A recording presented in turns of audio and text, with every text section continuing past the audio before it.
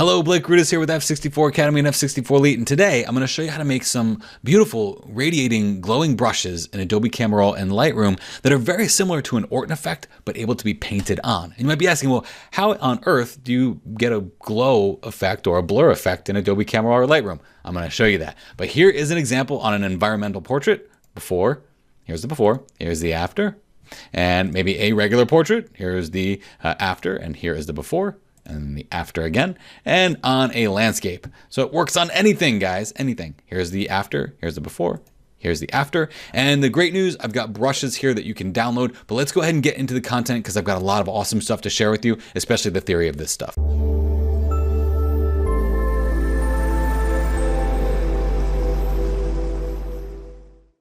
All right, so what I'm going to share with you today are these glowing brushes that I've created for Adobe Camera Raw and Lightroom. Now, I've created brushes for you that you can download. If you're on YouTube, they're going to be in the description below and a card that you're going to see that's embedded in this video. If you're on F64 Academy, just click the button above this video that says download these brushes. If you're on Facebook, there will be a link somewhere around there. Okay, got over all that. Now, the reason why I tell you that is I've got something for you, but however, I want you to watch this entire video in its entirety so that you know exactly where these brushes came from and understand the theory about what I'm doing with these glowing brushes. So I was recently playing around with this effect that I have in the Zone System Express that's called the Radiance 2.0. Now I love this effect because it gives the image a beautiful radiating glow, and it's very similar to what you would find with something like the Orton effect. So I'm just going to show you a basic Orton effect that we would do in here. Some people call it Orton, some people call it Radiance, some people call it glow. There's all different types of verbiage for this individual effect. So I'm going to press Command or Control J, and then I'm going to change my blend mode to soft light. Some people use screen, some people use different blend modes. And then I'm going to go up here to filter, going to go to blur, and going to go to Gaussian blur. Now when I use the Gaussian blur, this Gaussian blur is actually the control for how much this image glows. So I'll move this up, move this up, and move this up. Look at that. So I love the way the clouds and the sky are starting to glow and get this beautiful landscape effect. Now the trees and stuff, I don't really like how dark they're got, but you know, we can handle that. So typically what I would do from here is I just press OK. And then I might drop my opacity here a little bit. I might double click inside here and use blend if. I'm working really fast because this is really not what I'm trying to show you. I'm just showing you how I would blend this Orton or glowing style effect in my image in Photoshop. Now I like that, okay? So this is the basic kind of glowing effect that I would do for my photograph. Soft light, 80%. Do some blend if to make it look like it's actually a natural glow rather than just some smeared smudge all over the place. However, I was thinking to myself, like, wouldn't it be cool if I had a brush that I could paint on, and as I painted it on, I could know exactly what's happening with my glow and have complete control over all the aspects of the glow. And well, Photoshop, I could use masking and I could do all this other kind of stuff. There really is a better place in Adobe Camera Raw or Lightroom. So I'm just going to go ahead and do that. I'm going to go ahead and open up these example images that I have for you. Now, if you're just watching me for the first time, if you could do me a huge favor, and if you're on YouTube, go ahead and click that subscribe button. I do videos like this all the time. I try to do them every Friday, but sometimes things come up. I've got 3 kids and a crazy life. So if I can get to it, I get a video up every Friday.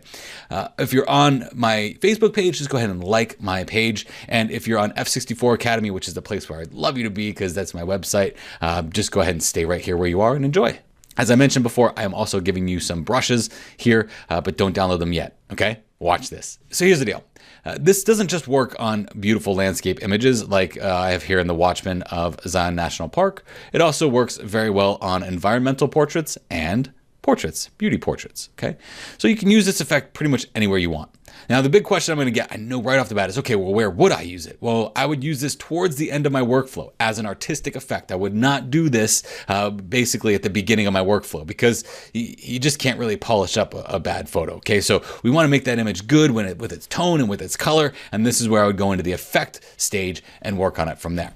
So I'm going to go over to my brush, okay? And with my brush, I have all my settings here just set to their regular local adjustments here. So if I go to my local adjustments and just say reset local correction settings, this is kind of what I want you to do if you're following along on an image of your own. And I'm just going to paint this where I'd want this effect. I'm not going to use the auto mask. I'm just going to allow this to just kind of go wherever it wants. So I'm going to brush back here. If I press Y, that will turn on my mask to show me where I'm brushing. There's also a little checkbox right down here that'll show you that as well. So I'll just brush on the clouds and then down here in this area. I might make this brush a little bit smaller and brush over here on the hill and right on this rock face here, right here. Maybe, ooh, and then maybe over here on the trees too, okay? So that's where I'd want this effect. So we really have to say to ourselves, okay, well, we didn't do anything at this point because we don't have anything set here yet. But you have to ask yourself, okay, what happens with that Orton effect? Well, we talked about those highlights get beautiful. They get really robust. There's this kind of blur and this kind of haze that's going on with that effect as well. So when we're looking at our settings here that we have available to us right here in Adobe Camera or Lightroom, if you're following along there, if I were to increase the exposure, that is going to make everything brighter. But it makes everything brighter while burning those things really hard down. So let's just go ahead and not do that. Let's go to our highlights though and start increasing those highlights. And look what happens when we do that. Look how things start to glow. They radiate. Those highlights just start to pop. Now the beauty of this is that it's only going to affect it if there is a highlight. If there's not a highlight, it's not going to be affecting right now. So let's just go to something like plus 35. That'll work right there. Now we could also go to our whites, but again, that's very much like exposure. That's going to pull that histogram so far over to the right that it's going to blow out those areas. We already do have a little bit of blowouts in the clouds, but you know what, people? Blowouts are blowouts, man. I think they happen. If I see them with my human eye, I do see blowouts. So if I see them in my images, as long as the clouds aren't extremely blown out, I'm okay with that. And especially when we use an effect like this, it can kind of cover it up. Okay, I didn't tell you that out loud though, did I? So here, the next thing is not going to be with shadows, whites, or blacks, but with clarity.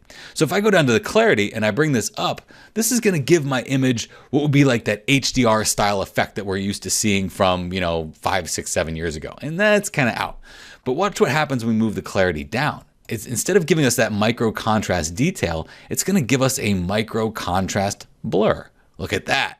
So that's how you get that blurring effect in Adobe Camera Raw or Lightroom. Again, I said this is an artistic effect, right? I didn't say this is something that I would do to all my photographs. It's an artistic effect. It somehow works here. Some people would say, well, you did all that work with all that detail with the Sony a7R III and now you're going to blow out all that detail? Well, yeah, because it's an artistic effect. I like the way that glow looks. Okay, that's neither here nor there. Let's just drop that one. Okay, sorry, Blake on the soapbox. So this is that glowing effect. Let's go ahead and look at the before. Here's the after. Here's the before. Here's the after. I really like this effect. Now this effect is also beautiful because it works with all the other sliders that we have here in Adobe Camera Raw or Lightroom as well. So if you wanted to increase the temperature of this, you could. You could add some temperature here to increase some warmth in that glow. You could also bump up the contrast here. This is what I call more of like the heavy hitter. So if we put this to plus 50 on the contrast and plus 50 on the highlights and negative 50 on the clarity and maybe even negative 10 or negative 5 on the dehaze, that's going to give us a really glowing effect. This is what I call more like the heavy glow brush. If you go over here in the brushes after you install them, you're going to see that I've got a glow brush, mild, cool, warm, heavy, cool, warm, and super cool, warm. So if I go down to this right here where it says color, here, instead of adjusting the tint and the temperature of this image, I can actually add a physical presence of color to the areas that I painted. So if I click on this color, I can move over here to, let's say, these oranges, and look at how I'm really altering the mood of this image by using that orange. Now, if I click over here, I'm going to make it cooler. So that's where the warm and cool effects come from. And if I press OK, here's the before, here's the after. This starts to tie this guy together with the Watchman up there with this beautiful glowing effect. I'm going to take this a little bit further with another effect over here on this one right here. So what I'm going to do is I'm going to use one of my brushes. So don't install these yet. I want you to watch the whole video first because I got some other really cool stuff to share with you. So I'm going to go to the Glow Mild Warm. And I'm just going to make this brush a little bit bigger. I'm going to start brushing on her face here. Look at that. Look at how her skin starts to glow. And if I get it all over the place, that's okay. That's okay. I can modify that in a second. I'm going to show you how I did that. That's why I'm actually doing this on purpose. I'm just going all over her hands and skin. I've got a really nice retouch right here really quickly. You know that? I mean, would this be some professional grade, super high-end retouch? Probably not, but it gets the effect, right? So let's click on this real quick. When I look at this, and if I press Y to see my mask, you can see that I've got this effect is just everywhere. It's all over the place. And I was even really haphazard about how I put that on her face and her hair. So if I were to move this up and bump up this contrast, we can see this a little bit better. I'm going to bump that up to plus 50 and actually kind of go with more of our heavy glow effect. Here's the before and here's the after. What I want to share with you on this one though, is if we click on that pin and we go down here to the range mask, if I click on this thing that says luminance, I get to dictate where this effect takes place. So if I bring this down, it's starting to protect the shadow areas. You might not see that though. So I've got two options to be able to visualize that. I can either press this visualize luminance map, where this actually shows me in red where this brush is taking effect. And if I move this to the right, it's going to start protecting those darkest dark areas. Okay. And then with the smoothness here, I get to see exactly how smooth those dark areas are. So if I move this over to the left over here, then you'll start to see that we get more of this is like a very blurry effect, whereas this is saying literally protect those dark areas. It's not that easy to see with this visualize luminance map. That's why I like to use the mask itself by pressing Y.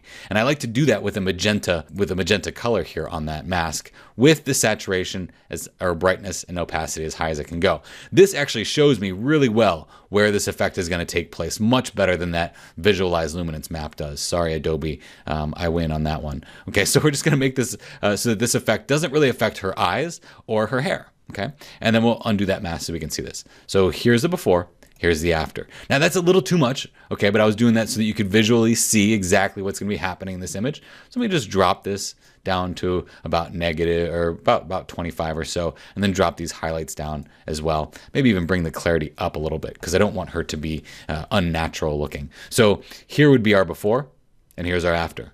A very subtle retouch, but it does so much work. You know, here in the skin tones are kind of a little bit of a grayish color. I don't really shoot many portraits, but I like the way this looks, okay? So I have to go to Adobe Stock to get things like this. So this is an Adobe Stock image. I love Adobe Stock for practicing my techniques on more than just landscape. So here we have an environmental portrait. So what I want to show here is that this young couple is vibrantly in love with one another, and so long as they have this glow around them, their life is forever going to be perfect, and they're never going to have to compromise, and they're always going to be world-traveling, successful, beautiful people. But it doesn't really work that way, does it?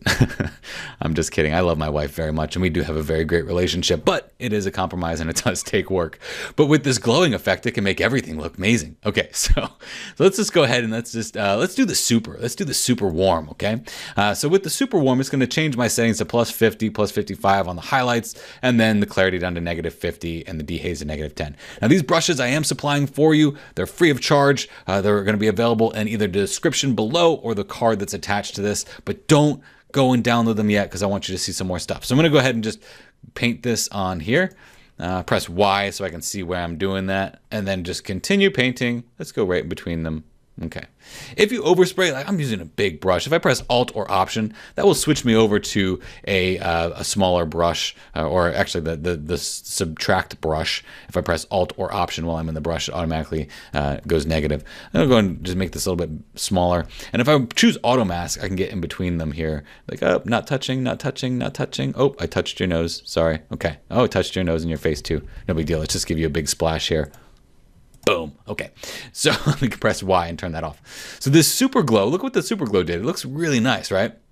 I really like that effect, this beautiful young love. They're never gonna have to worry about anything. I'm just gonna go ahead and increase that exposure too. Look at that, look at how vibrant that looks. So, you know, here, I like this kind of world traveling look that they have here, but I think there's too much contrast on the outside that kind of pulls me away from them. Whereas here we get this kind of like haloing glow around them. But again, if it's too much, we can do a couple things here. If we go ahead and click on that pin to make sure we're editing it, we can go into that range mask and we can press Y to see where this is affecting, and then maybe drop the luminance here of the darkest dark areas. If I pull this in from the left, it's going to protect the brightest bright areas, okay?